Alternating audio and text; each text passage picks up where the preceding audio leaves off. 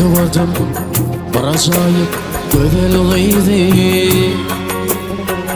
O maşına elvan yağlı gözüme düşer idi.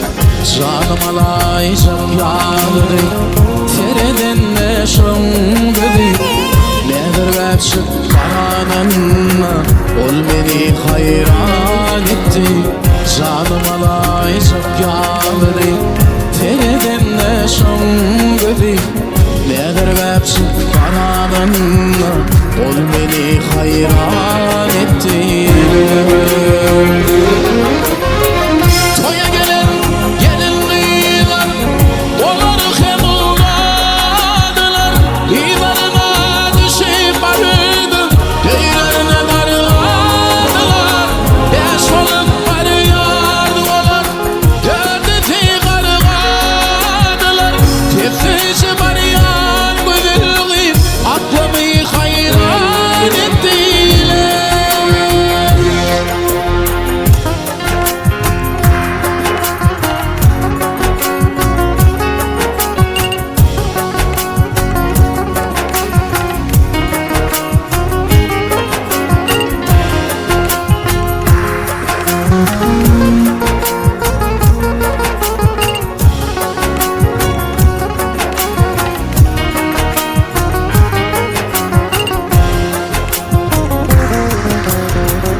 Sorgıydı, söylemedim ben şunu isteyişim yâli.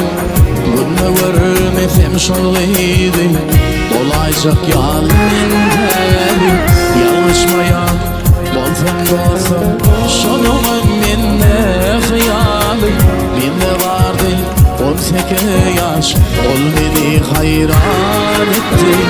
Yanlışmayan bolsam bolsam şonumun minne hıyali. Minne vardı 18 yaş ol beni hayran etti. Geçe düştüm o meydana hırlı çaymel haliken. Ahır bilmem konuştum ben ona değişim haliken. Neredeyim ben aydınlıklar feyen kıydım laliken. Var olsa da aklım alayım ol beni hayran ettiler.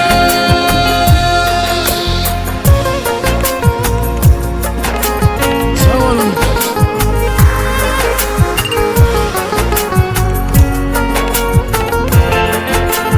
Gereken layıklar.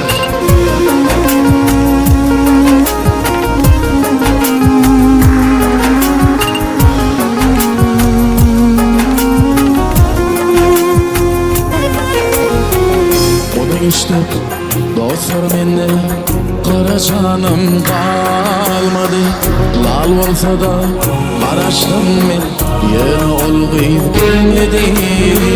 Günlerine senden geçer asla kara vermedi. Didarını barıcı bırakıp görmeme armağan etti.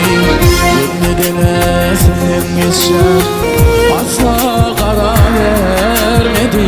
Didarını barıcı bırakıp görmeme armağan etti.